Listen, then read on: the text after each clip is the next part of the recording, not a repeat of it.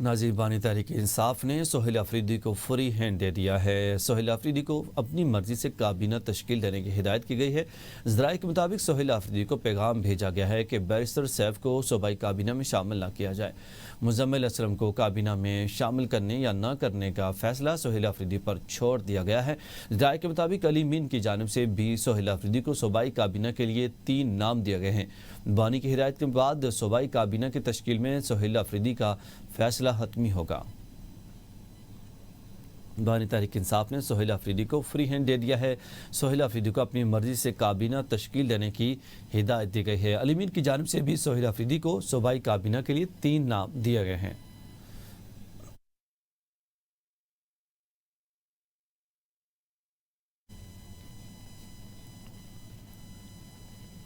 نو متحد وزیر اعلیٰ کے پی سہیل آفریدی کے قریبی حلقے میں آئی ایس ایف کے عہدیدار سرگرم ہیں۔ تمام فیصلے تنظیمی مشورے سے طے پا رہے ہیں۔ ذرائع کے مطابق کوئی سینئر رہنما سہیل آفریدی کے ساتھ مشاورت میں شامل نہیں ہے۔ مینا خان آفریدی سہیل آفریدی کے چیف ایڈوائزر کے طور پر ذمہ داریاں انجام دے رہے ہیں۔ ذرائع کے مطابق علی مین گنڈاپور نے سہیل آفریدی کو اہم مشورے دیے اور پختون یار خان اور میجر ریٹائر ساجد کے نام صوبائی کابینہ کے لیے تجویز کیے۔ پارٹی رہنماؤں نے دونوں ناموں پر تحفظات کا اظہار کیا اور تجویز دی کہ ان فیصلوں پر پارٹی قیادت سے مزید مشاورت کی جائے۔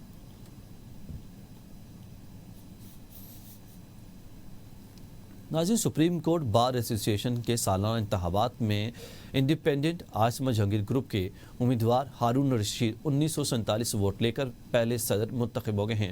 ہارون رشید کے مد مقابل پروفیشنل گروپ کے توفیق آصف نے 1511 ووٹ حاصل کیے۔ ہارون رشید کو لاہور، کراچی، پشاور، کوئٹہ، ملتان، بنوں، ڈی آئی خان، سوات، ایبٹ آباد، حیدرآباد اور سکر سمیت بیشتر شہروں میں برتری حاصل رہی۔ اسلام آباد میں توفیق آصف کو معمولی سبقت ملی، انہوں نے 359 جبکہ ہارون رشید نے 341 ووٹ حاصل کیے۔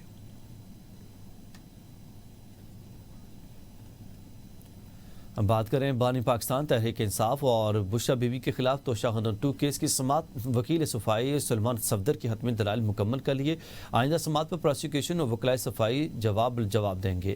مقدمے کی سماعت 29 اکتوبر تک ملتوی کر دی گئی ہے۔ سماعت کے دوران بانی پی ٹی آئی اور بشرا بی بی کو جیل سے کمرہ عدالت پیش کیا گیا۔ مقدمے کی سماعت اسپیشل جج سینٹرل اسلام آباد شاہ رخ ارجمند نے اڈیالہ جیل میں کی۔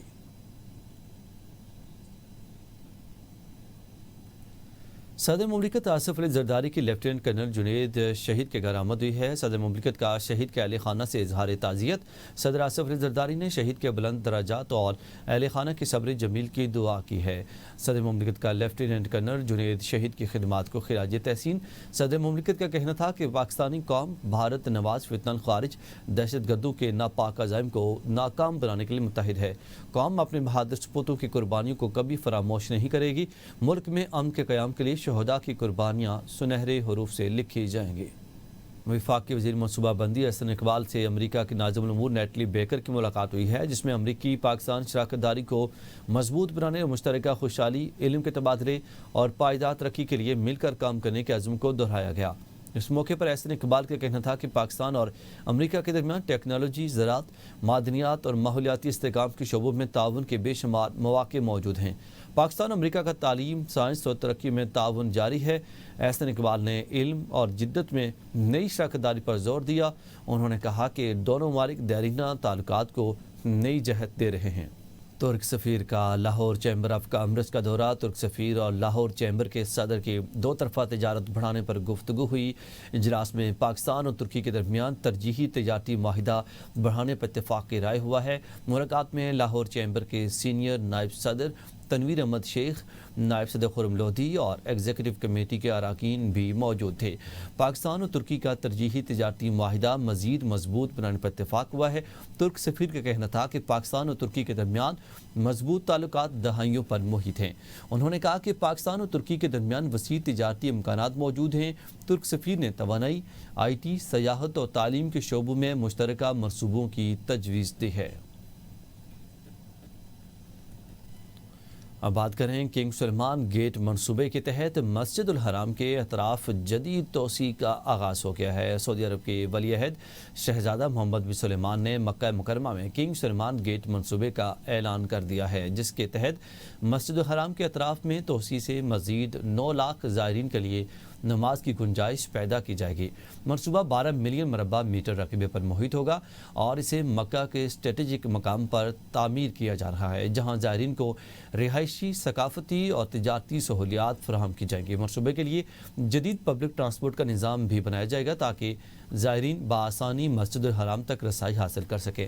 منصوبہ 2036 تک 3 لاکھ سے زائد افراد کو روزگار کے مواقع فراہم کرے گا، جبکہ مصنوعی ذہانت سے تیار کردہ ویڈیو میں کثیر المنظرہ عمارتوں، مساجد، بازاروں اور جدید طرز زندگی کے مناظر دکھائے گئے ہیں۔ یہ منصوبہ سعودی عرب کے ویژن 2030 کا حصہ ہے، جس کا مقصد تیل پر انحصار کم کرنا اور حج و عمرے کی آمدن بڑھا کر سالانہ زائرین کی تعداد 3 کروڑ تک پہنچانا ہے۔ امریکی صدر ڈونلڈ ٹرمپ اور روسی صدر ولادیمیر پوٹن کے درمیان ٹیلی فونک رابطہ ہوا ہے، جسے صدر پوٹن نے ٹرمپ نے انتہائی مثبت قرار دیا ہے۔ صدر پوٹن نے مشرق وسطیٰ میں امن کی کامیابی پر امریکی صدر کو مبارکباد دی اور اسے صدیوں پرانے خواب کی تکمیل قرار دیا ہے۔ صدر ٹرمپ نے کہا، یہ امن روس اور یوکرین کے درمیان جاری جنگ کے خاتمے میں مددگار ثابت ہو سکتا ہے۔ صدر پوٹن نے خاتون اول میلانیا ٹرمپ کے بچوں کے متعلق اقدامات کو بھی سراہا۔ دونوں رہنماؤں نے فیصلہ کیا ہے کہ اعلیٰ سطح مشیران کا اجلاس اگلے ہفتے ہوگا، جس کی قیادت امریکی وزیر خارجہ مارکو روبیو کریں گے۔ نیوز اسٹوڈیو سے اب تک کے لیے اتنا ہی۔ مزید اپڈیٹس کے لیے دیکھتے رہیے ABN نیوز۔